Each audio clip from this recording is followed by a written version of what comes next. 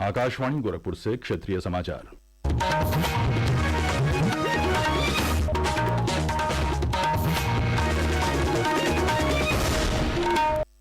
नमस्कार, समाचार बुलेटिन के साथ मैं विकास राय। प्रधानमंत्री नरेंद्र मोदी ने देशवासियों को कल से शुरू हो रहे नवरात्र पर्व और जीएसटी बचत उत्सव की बधाई और शुभकामनाएं दी हैं। उन्होंने कहा कि नवरात्र के पहले दिन से शुरू हो रहा ये बचत उत्सव सभी देशवासियों के लिए लाभकारी होगा। प्रधानमंत्री आज शाम देशवासियों को संबोधित कर रहे थे। उन्होंने कहा कि जीएसटी बचत उत्सव के दौरान लोगों की बचत बढ़ेगी। हमारे देश के गरीब, मध्यम वर्गीय लोग, न्यू मिडिल क्लास, युवा, किसान, महिलाएं, दुकानदार, व्यापारी, उद्यमी, सभी को ये बचत उत्सव का बहुत फायदा, यानी त्योहारों के इस मौसम में सबका मुंह मीठा होगा। मुख्यमंत्री योगी आदित्यनाथ ने कहा कि प्रधानमंत्री नरेंद्र मोदी के 2047 तक विकसित भारत बनाने की संकल्पना के अनुरूप प्रदेश विकसित उत्तर प्रदेश के विजन पर कार्य कर रहा है। मुख्यमंत्री आज गोरखपुर के महायोगी गोरखनाथ विश्वविद्यालय में विकसित भारत विकसित उत्तर प्रदेश विषय पर आयोजित कार्यशाला को संबोधित कर रहे थे। उन्होंने कहा कि प्रधानमंत्री मोदी ने 2047 तक देश को विकसित बनाने के लिए जो पंच प्रण दिए हैं, हम सभी को उसके साथ आगे बढ़ना होगा। जीएसटी की नई दरें आज आधी रात से लागू हो रही हैं। आम लोगों को राहत देने के लिए उपभोक्ता वस्तुओं की एक विस्तृत श्रृंखला पर दरों में कमी की गई है। प्रधानमंत्री नरेंद्र मोदी ने इस वर्ष स्वतंत्रता दिवस पर लाल किले की प्राचीर से जीएसटी सुधारों की अगली पीढ़ी की घोषणा की थी। उनका ये सपना 3 सितंबर को साकार हुआ, जब जीएसटी परिषद ने नागरिकों के जीवन को आसान बनाने के लिए कई क्षेत्रों में कर दरों में कटौती की। एक रिपोर्ट।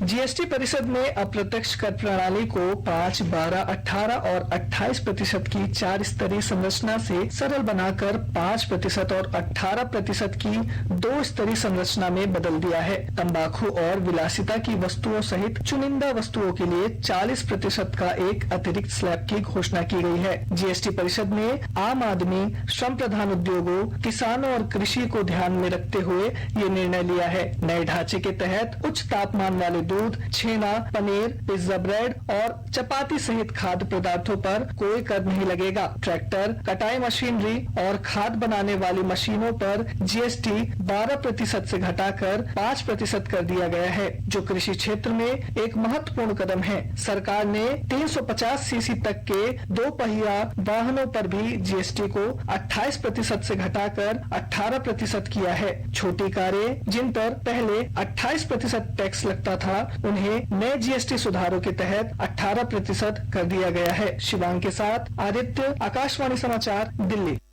उपभोक्ता कार्य विभाग ने अगली पीढ़ी के जीएसटी सुधारों के तहत राष्ट्रीय उपभोक्ता हेल्पलाइन पर जीएसटी शिकायत निवारण की सुविधा शुरू की है। मंत्रालय ने कहा कि उपभोक्ता अब पोर्टल या टोल फ्री नंबर 1915 के माध्यम से 17 भाषाओं में अपनी शिकायतें दर्ज करा सकते हैं।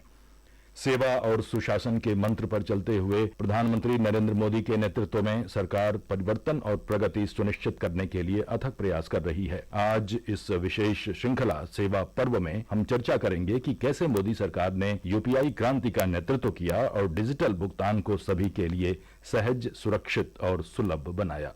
प्रधानमंत्री नरेंद्र मोदी के नेतृत्व में भारत में तकनीकी क्षेत्र में व्यापक परिवर्तन हुआ है। भारतीय राष्ट्रीय भुगतान निगम ने वर्ष 2016 में शुरू किए यूपीआई के माध्यम से कई बैंक खातों को एक ही मोबाइल एप्लीकेशन में एकीकृत कर देश की भुगतान व्यवस्था में क्रांति पैदा कर दी है। इस वर्ष स्वतंत्रता दिवस पर प्रधानमंत्री नरेंद्र मोदी ने यूपीआई की उपयोगिता के बारे में बात की थी। साथियों, यूपीआई का हमारा प्लेटफॉर्म आज दुनिया को अजोबा कर रहा है। हमारे में सामर्थ्य है। रियल टाइम ट्रांजैक्शन में 50% अकेला भारत यूपीआई के माध्यम से कर। वर्तमान में यूपीआई का दायरा व्यापक हो चुका है। अगस्त 2025 तक यूपीआई से 20 अरब रुपए के लेन देन हो चुके थे। मुकेश कुमार, आकाशवाणी समाचार, दिल्ली।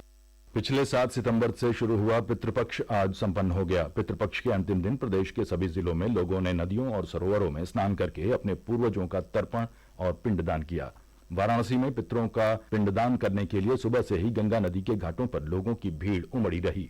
गोरखपुर के राप्ती नदी के तट पर पहुंचे लोगों ने स्नान करने के बाद तर्पण किया और अपने पितरों के आत्मा की शांति के लिए प्रार्थना की। शारदीय नवरात्र कल से शुरू हो रहा है। कल सुबह श्रद्धालु अपने अपने घरों में कलश स्थापना कर नवरात्र पूजन की शुरुआत करेंगे। नवरात्र को देखते हुए प्रदेश के सभी देवी मंदिरों और शक्तिपीठों में तैयारी पूरी कर ली गई है। नवरात्र के पहले दिन मां भगवती के पहले स्वरूप माता शैलपुत्री की पूजा अर्चना की जाएगी। समाचार समाप्त हुए। नमस्कार।